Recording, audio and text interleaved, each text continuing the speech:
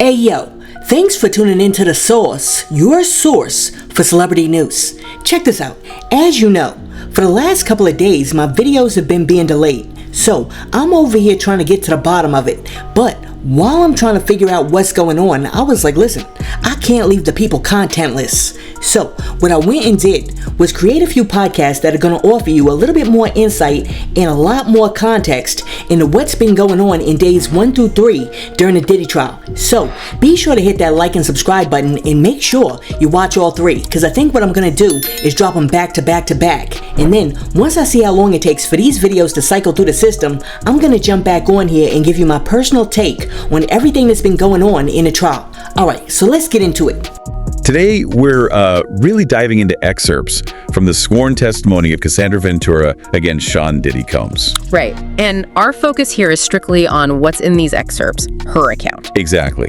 The mission is to pull out the key details, the important insights from her testimony, really giving you a clear understanding of her side of the story, using her words whenever we can. And this testimony, it's part of a federal investigation. It describes a 10-year relationship. A relationship that, according to Ventura, involved emotional manipulation, physical harm, and coercive control. And it started when she was only 19. Yeah, the testimony itself is quite detailed. We hear directly from Ms. Ventura. She states she was 38 when she testified, a musician and entertainer. And this relationship with Combs, as she lays it out, went on for a decade. 10 years. Okay, so let's start unpacking the nature of this relationship, how she described it. She testified that arguments, they would result in violence, dragging. And when the AUSA asked, what else would Mr. Combs do?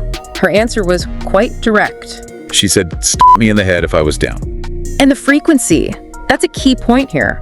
When asked how often Combs was violent, her answer was stark, wasn't it? Yeah. Too frequently. I would get black eyes and bruises. So, not isolated incidents, according to her. Then the testimony gets into something she called freak-offs.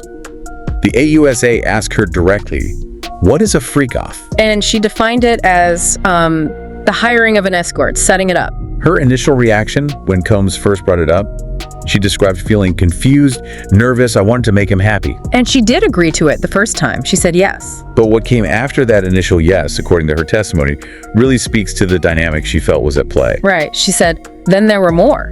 It wasn't something I wanted to do, at least not that frequently. She later elaborated on why she felt she couldn't refuse. Yeah, she said, I didn't know what no could turn into, meaning she was afraid of making him angry. And that fear, she linked it to potential blackmail. Yeah. She testified, through time, he had blackmail materials. And she mentioned providing laptops to the government, laptops with communications and documents related to Combs. That was the GXB drive she reviewed. So these freak-offs, they became, in her words, a recurring thing. She said, the freak-offs became a job. There was no time to do anything else but do them, then try to recover. That's a heavy statement. And the time commitment. She mentioned the longest one lasted 4 days. 4 days. And she said they took up significant periods of time weekly. The testimony goes into, quite disturbing specifics about these encounters. The supplies. Right, she listed Astroglide, baby oil, condoms. She even recalled the specific brand of baby oil, Johnson's, because Combs apparently would say, you need to be glistening. And getting supplies if they ran out. She testified, we'd call either staff or the bell desk, give them a tip. The locations she mentioned were all over the place. Combs' homes in Miami, New York. Her homes too, except for one in Studio City.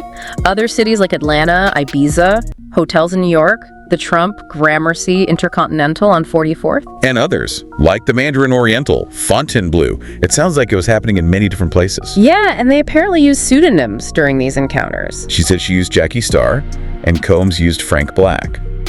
The testimony also really dives into the alleged coercive control and manipulation. She stated Combs called all of the shots for her music career. Despite signing a 10-album deal with Bad Boy Records in 2006. Right. But no albums came out after late 2006, according to her testimony. And financially. She said Combs controlled that too.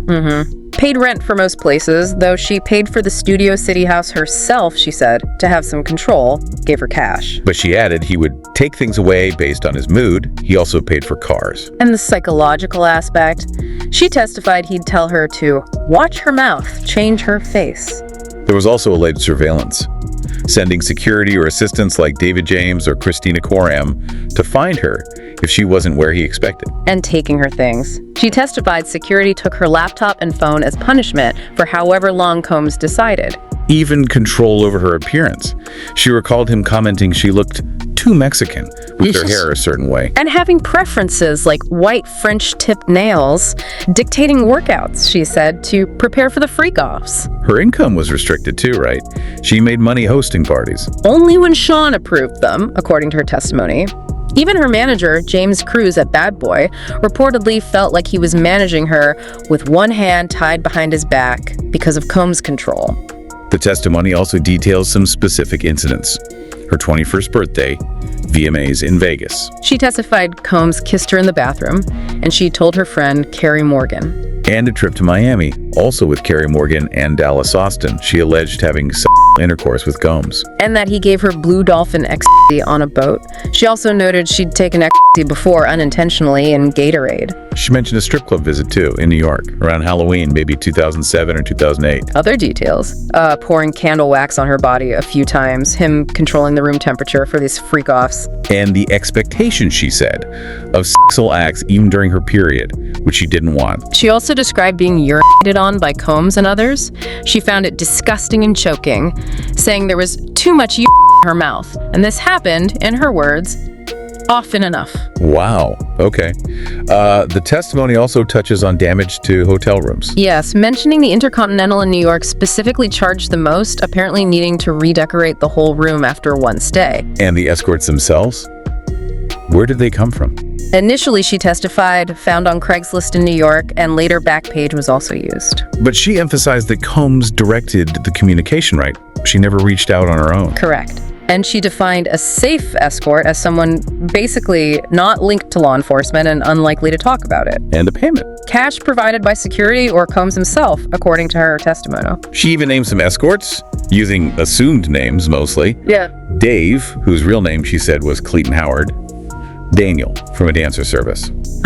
Jules, last name unknown, involved in encounters in New York, LA, Vegas, and someone known only as the Punisher.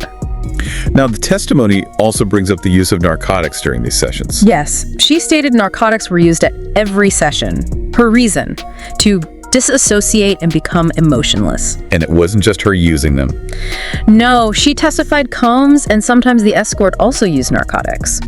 She mentioned special GHB, mushrooms specifically. There was even an email exchange discussed in the testimony about narcotics. Right, where she clarified that the thing in the email meant narcotics and flying meant being high.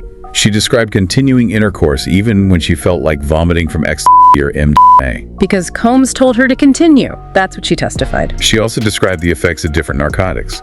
GHB made her feel drunk or tipsy. Cocaine she disliked made her heart race. And mushrooms. The walls come alive, she said. After the escort's involvement, she testified about something Combs wanted. Yes, that he wanted the escort's ejaculate put on his nipples in another room.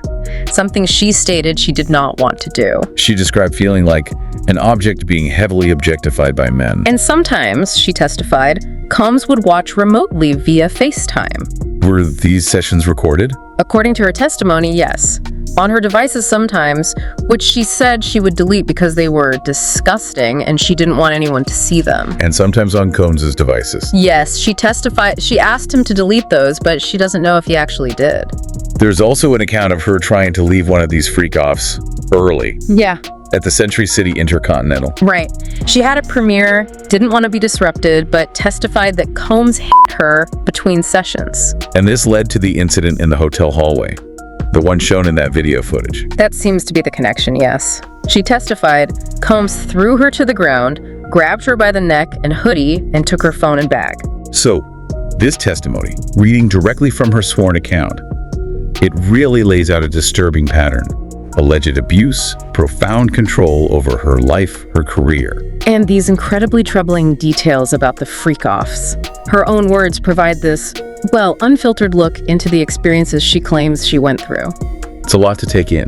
So hearing this directly from the testimony, what does it leave you, the listener, to think about? Maybe consider the power dynamics she describes and what it takes, according to her account, to speak out against someone so powerful. And what might this specific testimony suggest about the potential for these kinds of experiences behind the scenes, in industries that often look so glamorous on the surface? Listen, let me know what you think about everything that was discussed in today's video. And while you're down there leaving a comment, be sure to like and subscribe to the channel and share this video with your friends. Hey yo, thanks for tuning in to The Source, your source for celebrity news.